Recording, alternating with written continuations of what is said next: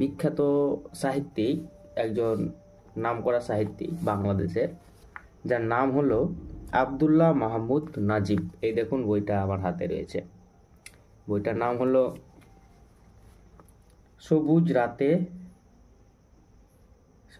সবুজ চাঁদে নীল জোছনা। এই বই থেকে একটি আর বিখ্যাত কবিতা আমি পাঠ করছি, যেটা পড়ে আমার কাছে মনে হয়েছে যে আমি অন্য জগতে হারিয়ে গেছি। এই কবিতা আমার হৃদয়ে, আমার মননে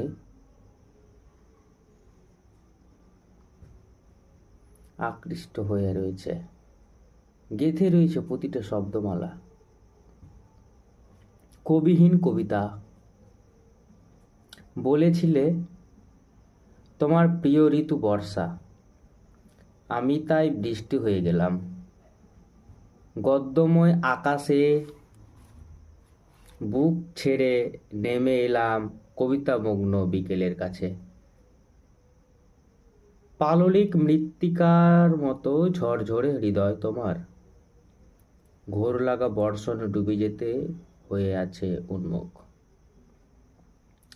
আমি তোমাকে ভিজিয়ে দেব বিরামহীন বৃষ্টিতে, কাক ভেজা হয়ে ঠক ঠক করে কাঁপবে যখন আমি তোমার উষ্ণতা হব। এটা একটি চমৎকার, লাইনগুলি আমার কাছে চুম্বক লাইন মতো মনে হয়েছে। প্রতিটা ভাষা, প্রতিটা ভাবনা, একজন প্রকৃত এবং প্রতিষ্ঠিত যে কবি, তাদের মতনই হয়েছে। এটা পড়ে আমাকে আরও বেশি বেশি করে উজ্জীবিত করছে। একটি সুতোর জন্য আরেকটি কবিতা, সেটা হলো একটি সুতোর জন্য।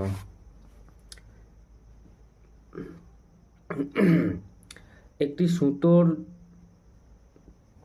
জন্যে আজীবন শুনে এসেছি রূপকথার বুড়ি, তুমি চাঁদের কোলে বসে চরকা ঘোরাও, অথচ একটা সুতোর যোগান দিতে পারোনি অজাতক। ফেরবার ভরা তিথিতে পঞ্চদশী চাঁদ পৃথিবীর কাছে পাঠাবে যখন পূর্ণিমার আলো, জ্যোৎস্নার খোপায় তুমি গুঁজে দিও এক প্রস্ত সুতো।